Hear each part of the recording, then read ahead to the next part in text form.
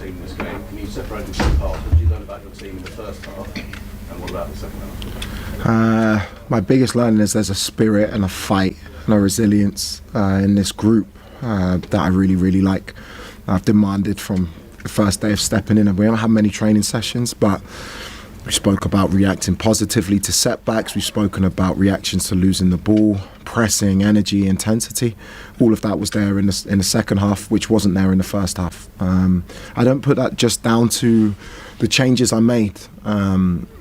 It's very difficult. We've had so many games in a short space of time. I was fearful of a lack of energy, and not energy or lack of application, but I felt our decision making was really poor in the first half. When to keep the ball, when we pressed, we were just too far off it. West Ham were by far the better team.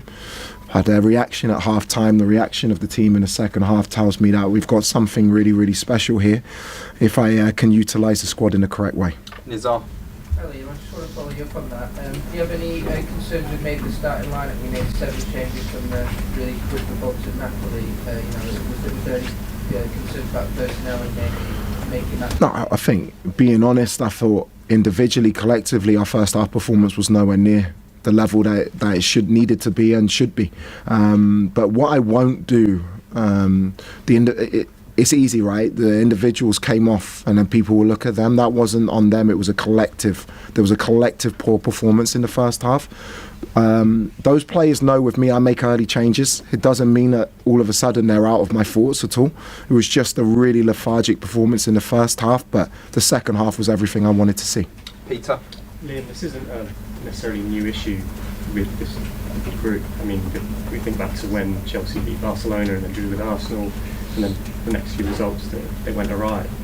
Is this something you were aware of coming in? I was just wondering, because you did mention before the game, interested in how your team would respond in this game.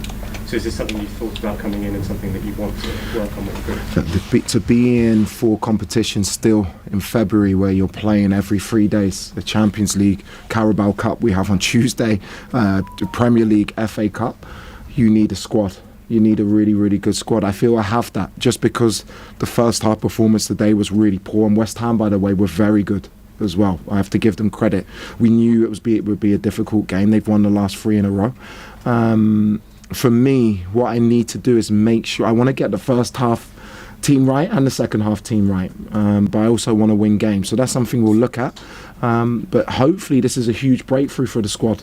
Someone's just told me it's the first time in Premier League history we've won from 2-0 down at home. It's a massive thing to do against a side in good form. So a lot of positives, a lot of things we need to improve. I'm not shying away from that. But to see the heart, the mentality, the spirit of the group and their quality in the second half makes me a very, very happy man. Liam. At half time there was audible discontent from the crowd as well. Sometimes as a team, do you need that as well to really hammer home that what is a change? I have to say, the fans were magnificent in the second half. I could sense after 2 minutes of the second half they were with us. They were right to boo. I would have booed us in the first half. Our performance was nowhere near the level it needed to be in terms of collectively, in terms of our energy and our decision making. That's fair. So to see them after the game 45 minutes later so happy and delighted with what they saw from the team makes me very proud. I said to the players at half time, we can make what probably is the worst feeling of the season the best feeling of the season, and I think they went out and performed magnificently in the second half. Jacob. Liam, just on the discontent at half time, there was a lot of talk that Trev Chalobah had some kind of disagreement with someone in the crowd. Were you aware of that? Was he okay? He definitely didn't. At the end of the game, when the whole stadium were cheering his performance, Trevor was excellent. Look, this is a club with huge demands. The fans pay fortunes to watch us play. They demand the minimum that we win duels. We've run for each other, and I felt in the first half that wasn't there. But I have to say, I have to give credit to the team, the subs who came on. Enzo Fernandez was magnificent for 95 minutes, and we showed in the end what the fans demand in terms of what we give to this club. We'll finish this section with Sam.